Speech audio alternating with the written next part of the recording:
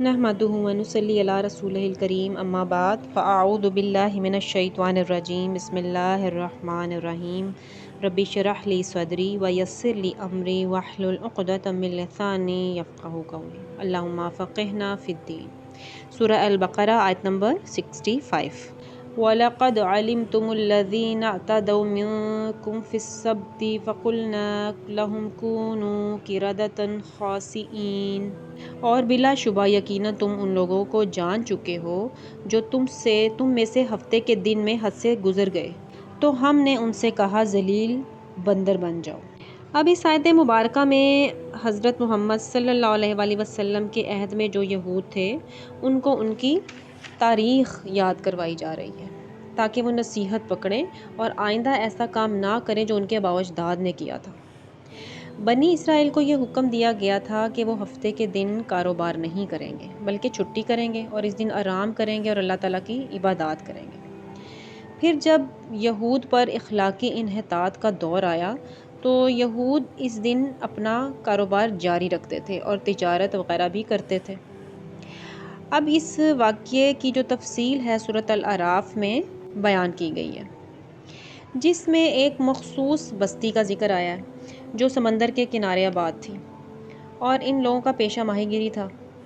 اب اللہ تعالیٰ نے انہیں آزمایا اور اس دن ان کی آزمائش کے لیے مچھلیاں زیادہ آتی تھیں۔ اب انہوں نے ہیلا سازی کی کہ ہفتے کے دن یہ کیا کرتے تھے کہ وہ گڑھے کھود کر اور جال لگا کر آ جاتے تاکہ مچھلیاں آ کر ان کے جالوں اور گڑھوں میں پھنس جائیں، اور ہفتے کا دن گزر جانے کے بعد ان کا شکار کر لیتے۔ یعنی ہیلا سازی کے ذریعے انہوں نے اللہ تعالیٰ کی نافرمانی کی اور اس نافرمانی کی وجہ سے انہیں اللہ تعالیٰ نے بندر بنا دیا۔ آیت نمبر 66۔ فَجَعَلْنَاهَا نَكَالًا لِمَا بَيْنَ يَدَيْهَا وَمَا خَلْفَهَا وَمَوْعِظَةً لِّلْمُتَّقِينَ۔ تو ہم نے اسے ان لوگوں کے لیے جو اس کے سامنے تھے اور جو اس کے پیچھے تھے ایک عبرت اور ڈرنے والوں کے لیے ایک نصیحت بنا دیا۔ اب جب کہ ان کی نافرمانی کی وجہ سے انہیں سزا دی گئی اور ان کو بندر بنا دیا گیا، یعنی ان کی شکلوں کو بگاڑ دیا گیا، اور یہ ان کے لیے بہت ہی رسوائی اور شرمندگی کا سبب بنی۔ یہ فی الواقعہ بندر تو بن گئے تھے تاہم ان کے دماغ وہی تھے، ان میں فہم و شعور بھی موجود تھا اور وہ ایک دوسرے کو پہچانتے بھی تھے اور ایک دوسرے کو دیکھ کر روتے تھے مگر کلام نہیں کر سکتے تھے۔ تو اللہ تعالیٰ اس آیت مبارکہ میں فرما رہے ہیں کہ ہم نے ان کو عبرت ناک چیز بنا دیا، اس دور کے لوگوں کے لیے بھی اور بعد میں آنے والوں کے لیے بھی، اور متقین کے لیے انہیں نصیحت بنایا، یعنی کہ ڈرنے والوں کے لیے اس چیز میں بڑی نصیحت ہے تاکہ امت محمد صلی اللہ علیہ وآلہ وسلم بنی اسرائیل کی ان نافرمانیوں کو اور ان پر ملنے والی سزاؤں کو دیکھ کر نصیحت حاصل کریں۔ آیت نمبر 67۔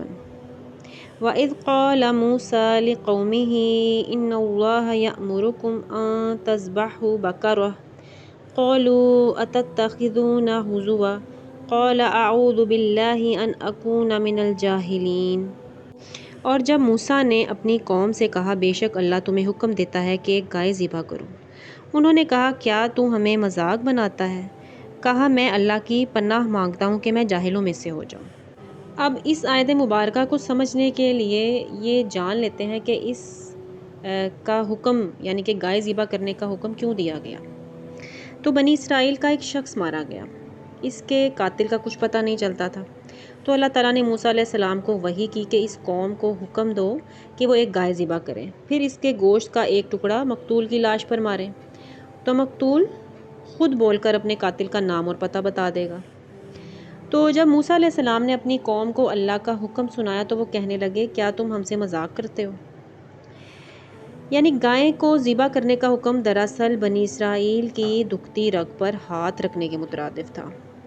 گوسالہ پرستی کے جراثیم اور گائے بیل سے محبت اور اسے دیوتا سمجھنے کا عقیدہ ان میں موجود تھا، لہٰذا ایک تکلیف تو انہیں یہ ہوئی کہ جس چیز کو یہ قابل پرستش سمجھتے تھے اللہ تعالیٰ نے اسی چیز کو ذبح کرنے کا حکم دیا۔ دوسرا انہیں یہ یقین بھی نہیں تھا کہ اس طرح کرنے سے یعنی کہ یہ عمل یعنی کہ گائے کے گوشت کا جو ٹکڑا ہے اس کو لاش پر مارنے سے وہ دوبارہ جی اٹھے گی اور بول کر قاتل کا پتہ بتا دے گی۔ تو پھر موسیٰ علیہ السلام نے کہا کہ میں تو تمہیں اللہ کا حکم بتا رہا ہوں، دل لگی یا مذاق نہیں کر رہا، کیونکہ ایسا کرنا جاہلوں کا کام ہے۔ اب اس بات سے یہ بھی پتہ چلتا ہے کہ مذاق ٹھٹھا جاہلوں کا کام ہے۔ البتہ مزاح اور خوش طبعی ایک الگ چیز ہے، اس میں کوئی بات حقیقت کے خلاف نہیں ہوتی اور نہ اس میں کسی کی تحقیر و تنقیص ہوتی ہے۔ پھر کیا ہوا، اگلی آیت میں پڑھتے ہیں، آیت نمبر 68۔ قالوا ادع لنا ربك يبين لنا ما هي قال إنه يقول إنها بقرة لا فارض ولا بكر عوان بين ذلك فافعلوا ما تؤمرون۔ انہوں نے کہا ہمارے لیے اپنے رب سے دعا کرو، وہ ہمارے لیے واضح کرے کہ وہ گائے کیا ہے۔ کہا بے شک وہ فرماتا ہے کہ بے شک وہ ایسی گائے ہے جو نہ بوڑھی ہے اور نہ بچیا، اس کے درمیان کی عمر کی ہے، تو کرو جو تمہیں حکم دیا جاتا ہے۔ پھر انہوں نے حضرت موسیٰ علیہ السلام سے کہا اپنے رب سے پوچھیں کہ وہ گائے کیسی ہو، یعنی کہ اس سے پتہ چلتا ہے کہ وہ کوئی بھی گائیں ذبح کر دیتے تو کافی تھا، مگر وہ تو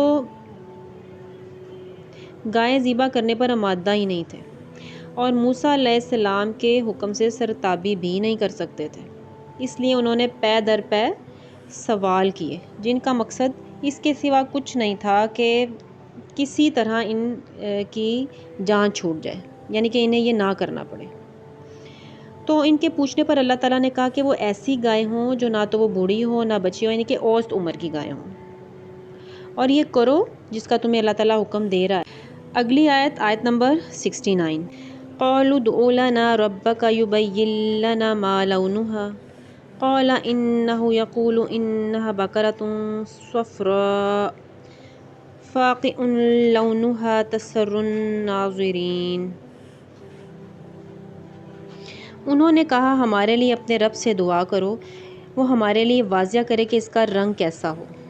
کہا بے شک وہ فرماتا ہے کہ بلا شبہ وہ گائے زرد رنگ کی ہو، اس کا رنگ خوب گہرا ہو، دیکھنے والوں کو خوش کرتی ہو۔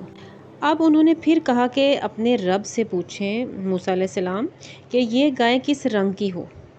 فرمایا اللہ تعالیٰ فرماتا ہے کہ گائے شوخ اور زرد رنگ کی ہو جو دیکھنے والوں کو اچھی لگے۔ اب جو زیادہ سے زیادہ ان کے ہاں مقدس سمجھی جاتی تھی گائیں، رفتہ رفتہ سوال کر کر کے وہ اسی میں پھنستے چلے گئے اور بات آ پہنچی اس گائے تک جو عبادت کے لیے مثال سمجھی جاتی تھی ان کے ہاں۔ پھر کیا ہوا، آیت نمبر 70۔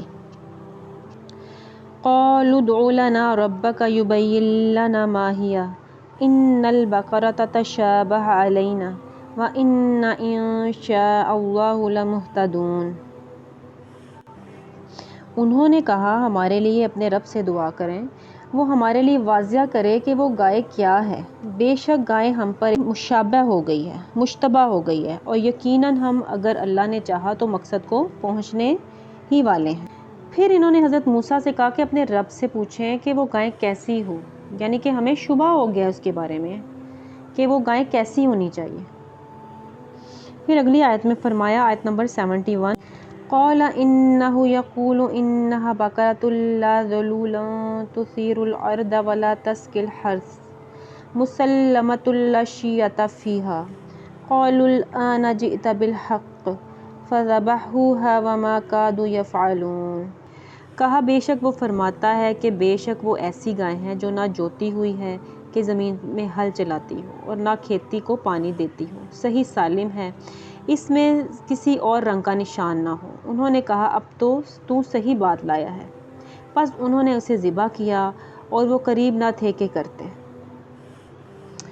حضرت موسیٰ علیہ السلام نے فرمایا کہ اللہ فرماتا ہے کہ وہ ایک ایسی گائے ہونی چاہیے جس سے کوئی مشقت نہ لی جاتی ہو، نہ وہ ہل چلاتی ہو، نہ کھیتی کو پانی پلاتی ہو، یعنی پوری صحیح سالم ہو اور اس میں کسی دوسرے رنگ کا کوئی داغ نہ ہو، کوئی دھبا نہ ہو۔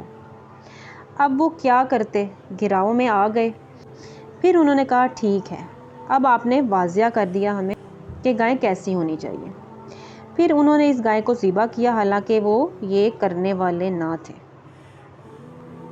اس سے مزید آگے انشاءاللہ اگلی آیات میں پڑھیں گے۔ سبحانک اللہم و بحمدک، اشہد ان لا الہ الا انت، استغفرک و اتوب الیک۔